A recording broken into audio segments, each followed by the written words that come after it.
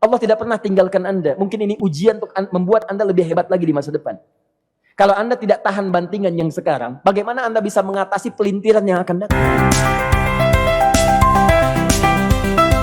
Semua keadaan jiwa kita, hati, perasaan-perasaan kita sudah lebih dulu bahkan pernah dirasakan oleh Nabi Muhammad SAW.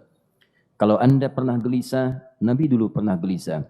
Kalau Anda bahagia, Nabi juga pernah bahagia. Kalau Anda merasakan kekhawatiran, Nabi dulu pernah khawatir. Dan miniatur kehidupan kita sudah dicontohkan dalam perjalanan kehidupan Nabi Muhammad SAW agar kita bisa belajar mengatasi problematika kehidupan. Allahu Akbar, kalau beliau tidak diutus oleh Allah, kita tidak tahu bagaimana cara menyelesaikan pemetaan kehidupan kita hingga dengan saat ini. Bahkan satu ketika, pernah beliau kemudian dalam masa yang telah panjang berdakwah, qadarullah kemudian ada wahyu yang jeda datangnya tidak seperti biasanya. Biasanya datangnya cepat, berganti hari turun wahyu, ganti pekan turun wahyu. Ini beberapa masa wahyu belum turun. Ada hikmah di balik itu. Teman-teman sekalian, tiba-tiba beliau naik ke atas bukit, wahyu belum turun juga. Pulang ke rumah, belum turun juga. Sampai keadaan itu terlihat oleh kalangan kafir Quraisy dan mereka berkata, lihatlah Muhammad sudah gila. Dituduh gila. Jadi kalau Anda cuma dituduh dengan hal-hal yang ringan, dituduh soleh, kan?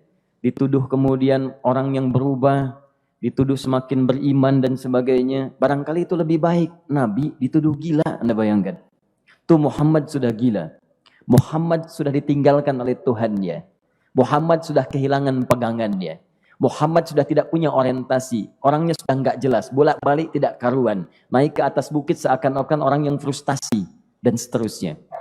Tapi tahukah Anda apa yang terjadi?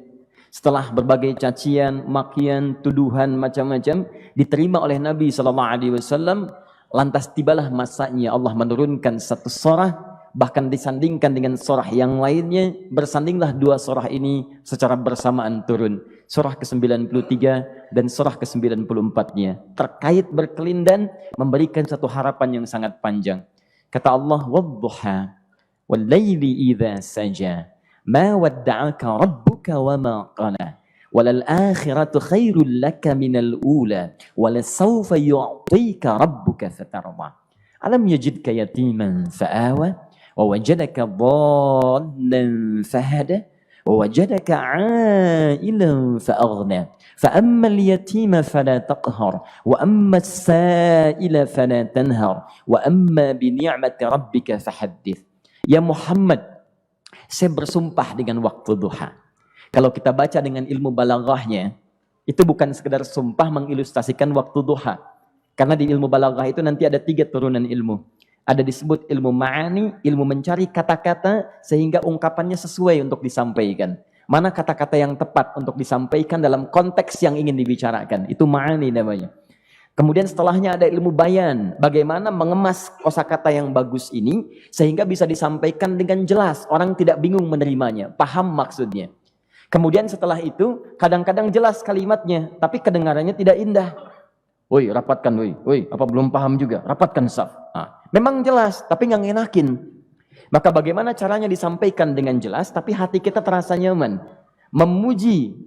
Terasanya nyaman diserahkan kepada Allah, tapi ada kebahagiaan, disampaikan tidak terasa tergurui, diperintahkan serasanya diberikan jalan untuk mendapatkan kebaikan. Maka yang ketiga disebut dengan ilmu badi' namanya. Ilmu menghiasi kalimat yang disampaikan sehingga terasa dengan nikmat. Turunannya nanti ada majaz namanya. Mengambil sebuah kalimatnya untuk diposisikan pada kalimat yang nyaman disebut dengan kinayah turunannya. Maka teman-teman kata Allah, wadduha. Diterjemahkan demi waktu duha, bukan sekedar waktu duha, karena duha itu ada cahaya yang indah, dirasakannya enak. Antum keluar waktu duha kan enak tuh, berjemur, kata orang Sunda moyan gitu kan, datang, bahkan sampai dianalisis ada vitamin D-nya bisa terasakan, ya. Kemudian setelah itu ada kenikmatan, enak suasananya, seakan-akan dunia milik sendiri, yang lain numpang. Wah, nyaman keluar itu. Baik, jadi wadduha itu ingin bersumpah mengilustrasikan waktu kenyamanan yang pernah dilalui. Kalau dalam bahasa tafsir yang luasnya, saya bersumpah Muhammad, demi segala kenikmatan yang pernah engkau rasakan dalam hidupmu, seperti engkau merasakan cahaya duha itu. Engkau pernah senang, saya bersumpah dengan kesenanganmu. Engkau pernah tenang, saya bersumpah dengan ketenanganmu. Engkau pernah nyaman, saya bersumpah dengan kenyamanan yang pernah engkau rasakan. Wal-laili idza saja. Dan aku pun bersumpah demi gelapnya malam. Demikian terjemahannya. Bukan sekedar gelapnya malam, saja itu sesuatu yang pekat. Ya, ini belakang kelihatan agak gelap nih. Untuk memberikan proyek, kesini aja Pak, saya cuma ngasih contoh. Ini contoh. Saya bukan mengeluh, bukan, ingin memberi contoh. Ya, contoh pada ilustrasi yang mau saya sampaikan. Nggak apa-apa, biarkan saja. Saya mau contoh kasih kata saja. Ya, ini belakang agak gelap untuk memproyeksikan cahaya ke sini. Tapi yang mau saya sampaikan, kalau gelapnya begitu pekat, semua cahaya ini nggak ada. Cahaya nggak ada nih, sama sekali tidak kelihatan. Saya mau tanya pada Anda, beraktivitasnya mudah atau sulit? Mudah nggak menemukan sendal Anda di luar? Belum tentu. Menemukan jalan keluar pun belum tentu mudah. Anda mesti meraba-raba jalan. Anda mesti kemudian melihat sesuatu dengan pandangan mata hati Anda. Raba, dan sebagainya. Sampai menemukan jalan itu pun belum tentu benar. Itulah yang disebut dengan gelapnya malam saja pekat. Kadang-kadang ada orang yang menghadapi satu kesulitan yang pekat. Suasananya siang. Cuman karena masalahnya begitu pekat seakan-akan membuat diri dia gelap. Jalan susah, limbung gitu. Kenapa gelap ya? Padahal terang. Karena masalah menggelimuti dirinya seakan-akan dia diselimuti masalah yang gelap. Bimbang dia. Makan gak enak, minum gak nyaman, dan seterusnya. Ya biasanya makan ayam tenang, ini dikasih yang lebih enak juga rasanya pahit. Gak enak zamannya. Maka kalau kita ilustrasikan dalam suasana tadi Muhammad, saya bersumpah, engkau pernah hidup nyaman, ataupun engkau mengalami masalah yang sangat pekat dalam kehidupan. Engkau alami sesuatu yang dahsyat. Sampai engkau bingung, bimbang, pekat. Mereka menuduhmu dengan macam-macam. Ma wadda'aka rabbuka wa ma qala. Saya pastikan kepadamu, dalam keadaan nyamanmu seperti dulu, ataupun engkau bimbang seperti sekarang, Tuhanmu tidak akan pernah meninggalkanmu ataupun menuduhmu gila.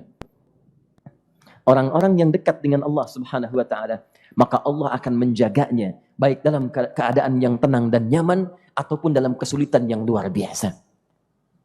Walal akhiratu khairul laka minal ula. Nanti saya akan tunjukkan kepadamu. Jika kamu telah tabah dan sabar menerima cacian mereka, menerima tuduhan mereka, nggak apa-apa, ini kan muqaddimah. Masa kamu masih panjang. Kamu masih panjang dalam berdakwah. Kehidupan kamu masih panjang membawa tugas dan misi. Kalau kamu belum bersabar pada yang sekarang, bagaimana dengan yang di masa depan? Tapi saya pastikan kepadamu, jangankan yang seperti ini, masalah pekat yang paling hebat pun kamu akan hadapi, yang membuat kamu sedemikian sulit, lebih daripada ini, yakinkan pada jiwamu, aku tidak akan pernah meninggalkanmu. Ini prinsip dalam kehidupan kita. Jika Anda menggantungkan hidup kepada Allah, Anda bersandar dengan baik kepada Allah, maka ayat ini akan mengatakan, teman-teman sekalian, Allah tidak akan pernah meninggalkan Anda dalam setiap kehidupan Anda. Nanti, sekarang perjuangan. Kata Allah, walal akhiratu khairul laka minal ula. Nanti saat kamu tiba di akhirat, saya akan tunjukkan kepadamu ada yang lebih hebat yang tidak pernah engkau rasakan sebelumnya saat di bumi. Tidak akan ada lagi kesulitan yang kamu hadapi. Tidak akan ada lagi cacian yang kamu kemudian hadapi. Tidak ada lagi kemudian tuduhan yang kemudian kamu rasakan. Aku akan berikan apapun yang kamu inginkan sampai kamu puas. Wala sawfa yu'tika rabbuka fatardah. Nanti kamu pengen apapun, aku berikan.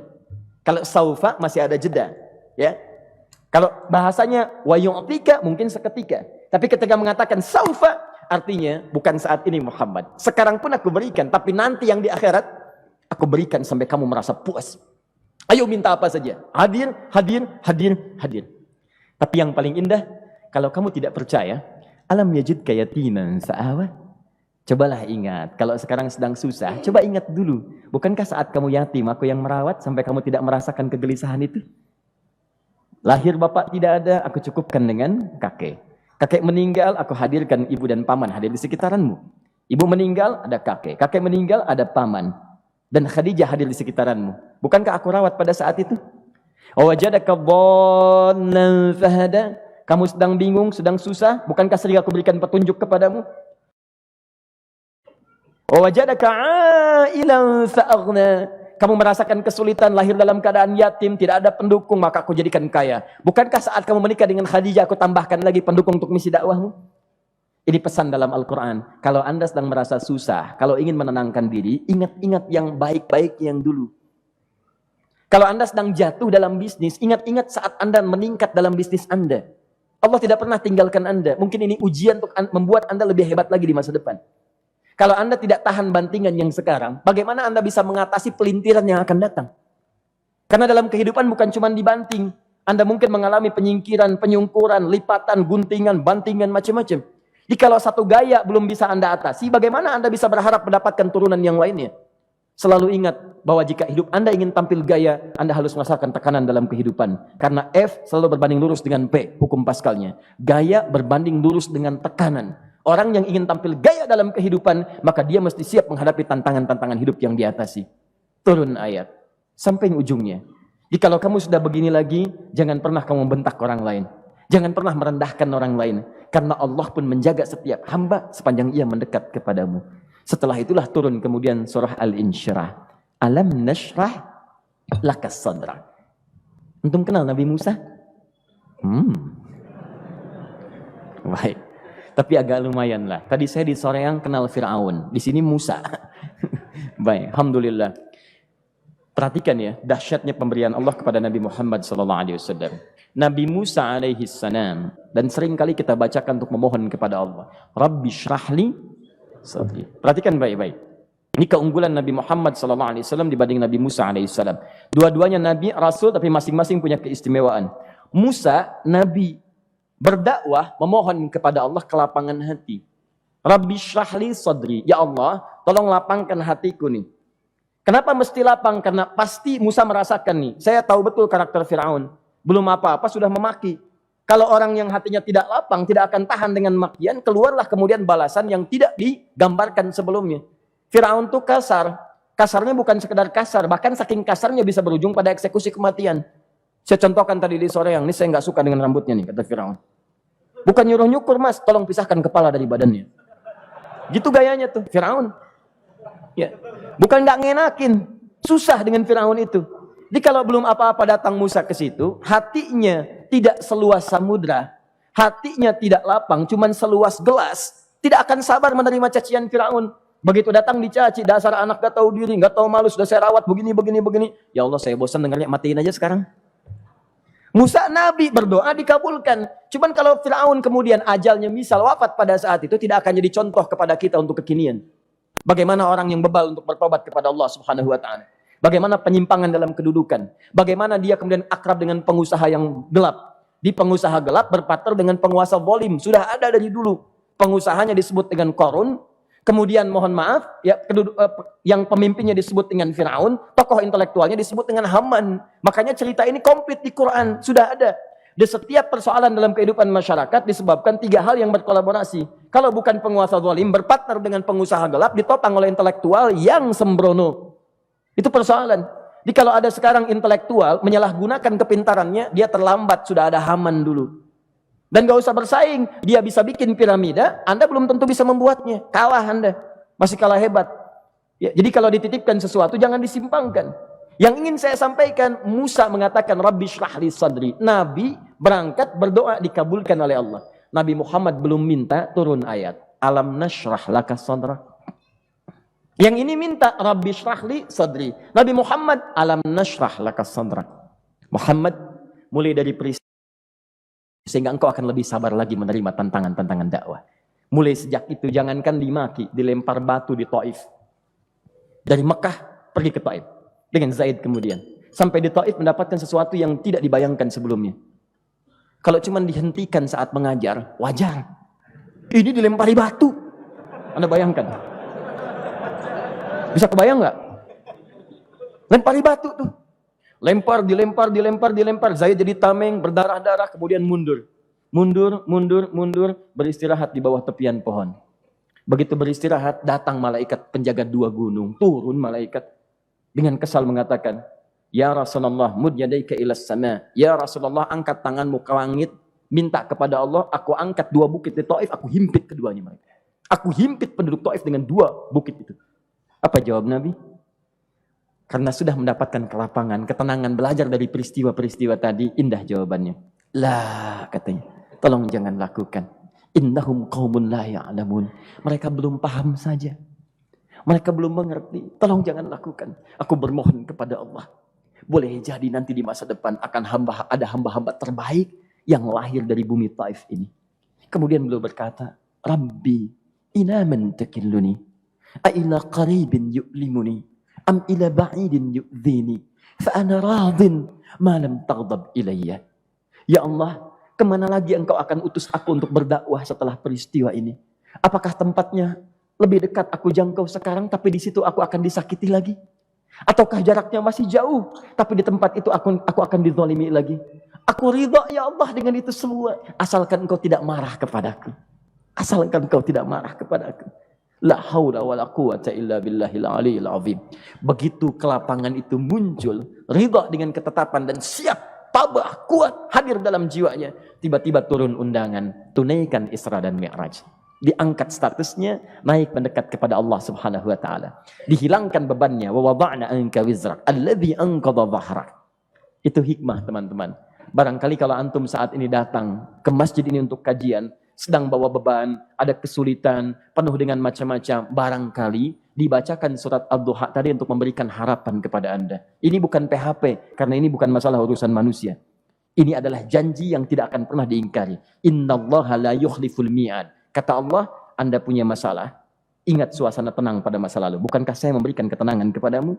Mendekat kepada saya, Anda bersabar, yakinkan bahwa ujian yang saya berikan saat ini sesungguhnya untuk membuat kamu lebih hebat di masa depan. Karena orang hebat tidak akan pernah sepi dari ujian untuk membuat dia lebih kuat menghadapi tantangan dalam kehidupan.